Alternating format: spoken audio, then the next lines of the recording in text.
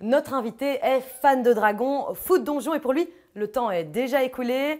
Toujours au garde à vous, il est encore plus souvent en repos, mais en société bien sûr. Counterspell, Funkerschlag, Reiner Knizia, je ne sais pas si je le dis bien. Pour vous, c'est peut-être un détail, mais pour lui, ça veut dire beaucoup. Martin Comon est notre invité. Il a décidé de jouer le jeu pendant 2 minutes.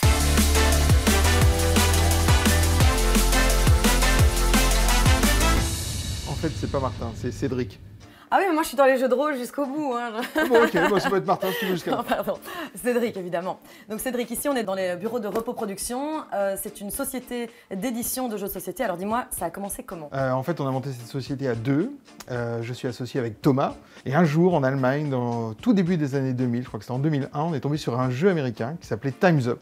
On y a joué avec les copains, on s'est vraiment bidonné. Tant et si bien que la semaine d'après, les copains sont revenus. À quoi vous voulez jouer? À Time's Up. On n'arrêtait pas de jouer à Time's Up.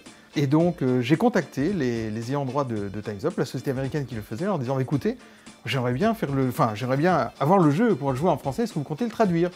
Là, ils m'ont dit ah ben non, il faut localiser, il faut traduire. Enfin, c'est embêtant. Je leur ai dit écoutez, moi, je veux bien le faire. Ça a pris beaucoup de temps de négocier ce contrat avec les Américains. On a fini par racheter les droits de Time's Up pour toute l'Europe.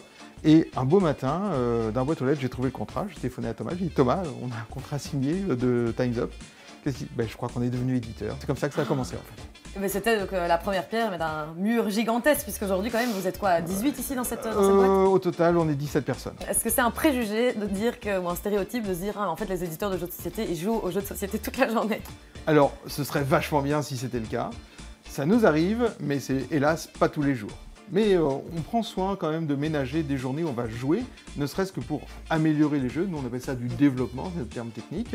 Et aussi pour tous les prototypes que l'on reçoit, pour essayer là-dedans de trier les jeux et de trouver la perle rare. Ça, par exemple, c'est l'un des prototypes qu'on a reçus, donc avec des cartes sous forme de texte et des illustrations qui sont juste là de façon temporaire. Après, le proto a évolué, là on était déjà arrivé vers des choses beaucoup plus finales. Ça c'est déjà vous qui avez fait? Ça c'est du travail entre deux, après en collaboration avec l'auteur. Et là on est sur la version finale. Alors toi, dans ce jeu il y a plein de choses bizarres. Hein. Comme on incarne des chirurgiens, on a des magnifiques Charlotte, tu vois, on aime bien mettre des trucs sur nos têtes, voilà. Et surtout on a le cœur du patient, et ça c'est très important parce qu'il y a des moments où il faut réanimer le patient et hop. Voilà, et tu fais un massage cardiaque. Alors en ce moment, on est à fond sur un jeu qui s'appelle When I Dream. Okay. C'est un jeu autour du rêve, avec l'un d'entre nous qui sera le dormeur, et je te propose, si tu veux, de le tester. Bon alors tu vas voir, c'est très très simple. On va avoir des mots à te faire deviner. Toi tu ne vas pas les voir parce que tu vas porter le masque, ok?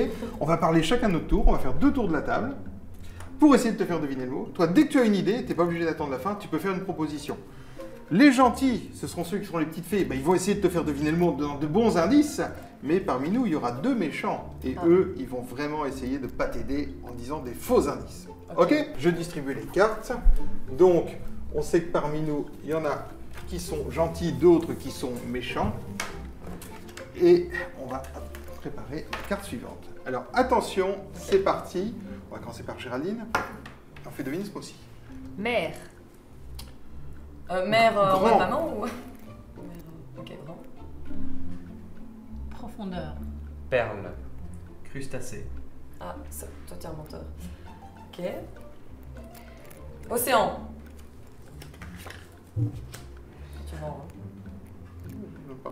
Baguette. Jaune. Merlin. Lapin. Chapeau. Magicien. Oh, yes, j'ai trouvé ça bien. Sucrerie. Langue. Fraise. Bonbon. Léché. Sucette. Naseau. Cheveux.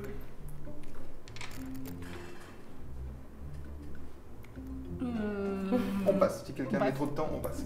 Visage. Naseau, visage. Pif. Piercing. Et on va dire que ça fait 2 minutes. Okay. Alors maintenant, tu vas nous raconter ton rêve avec les mots dont tu te souviens.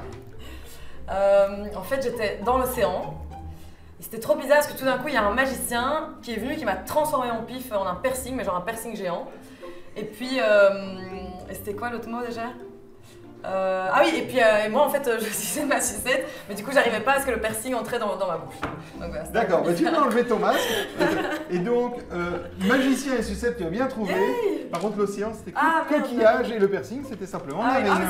c'était bien les mots que vous aviez. Donc après, il y a tout un système de points, mais là, on aurait tous marqué un bon nombre de points. Et toi, encore plus, parce que tu t'es souvenu de toutes les cartes. Merci beaucoup, merci à vous tous pour la collaboration. Bon, ça c'est un jeu qui se joue sur la table, mais j'imagine qu'il y a aussi des jeux qui se jouent dans des pièces entières. Ah oui, ce sont des escape rooms et je vais t'emmener voir ça. Donc Cédric, on est dans une future escape room. Qu'est-ce que Absolument. c'est une escape room? Alors, une escape room, c'est un nouveau type de jeu, ça a à peu près 4 ans. C'est un loisir, en fait, des groupes de gens viennent jouer, généralement entre 4 et 6 joueurs. Ils arrivent, on les met dans une pièce où il y a une ambiance. Et on va les enfermer pendant 60 minutes. Ils ont 60 minutes pour trouver la sortie. Comment est-ce qu'ils trouvent la sortie? En utilisant plusieurs facultés. Ils vont fouiller, hey, attends, regarde là sous le fauteuil. On dit, j'ai trouvé une clé, mais attends, ça ouvrirait pas le piano là. Et voilà. Ou en résolvant des énigmes. Il y a un signe bizarre au plafond. Ah, mais attends, ça me rappelle ça que j'ai vu sur l'un des murs. Et au fur et à mesure, donc par la réflexion, par l'observation, des fois même par l'adresse, tu vois, jeter une boule pour faire tomber un truc qui enfin devient accessible, on va pouvoir sortir de la pièce avant les 60 minutes pour gagner la partie. A priori, il n'y a pas tellement de lien entre les jeux de société et les escape rooms, mais j'imagine que pour toi, oui. Raconte un peu. Alors pour moi, c'est exactement la même chose, en fait.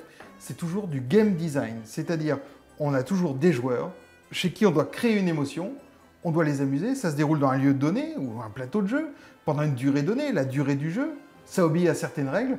Pour moi, en fait, c'est juste un plateau un peu plus grand, en fait. On pourrait se dire que, je sais pas, j'ai l'impression qu'on a un peu ça en tête, que les jeux de société sont en perte de vitesse, mais en fait pas du tout. Ah non, c'est bien l'inverse. C'est en grande courbe ascendante, et ça, on le doit en partie aux jeux vidéo. Très longtemps, le jeu de société a été considéré comme une activité puérile. Le jeu de société, c'était pour les enfants, et quand il pleuvait, les parents s'y collaient en disant « Ouais, chouette, dimanche après-midi, on va faire un jeu de société ». En fait, maintenant, les jeux de société, il y a un renouveau du jeu de société, et l'adulte a reconquis le droit de jouer grâce aux jeux vidéo. Lorsqu'un collègue arrivait au bureau le matin en disant « Qu'est-ce que t'as fait hier soir ?»« Ouais, j'ai joué avec des copains sur Internet ». Ça paraissait pas bizarre. Quand, je sais pas, la secrétaire de la compta joue à Candy Crush dans le métro en venant le matin, ça ne choque personne. Aussi.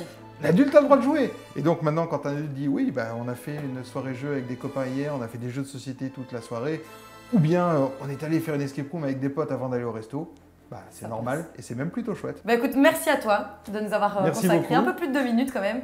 Et je pense qu'on va se saluer comme il se doit avec des sombreros. Exactement. En hommage à Repos Productions. Oui, bien.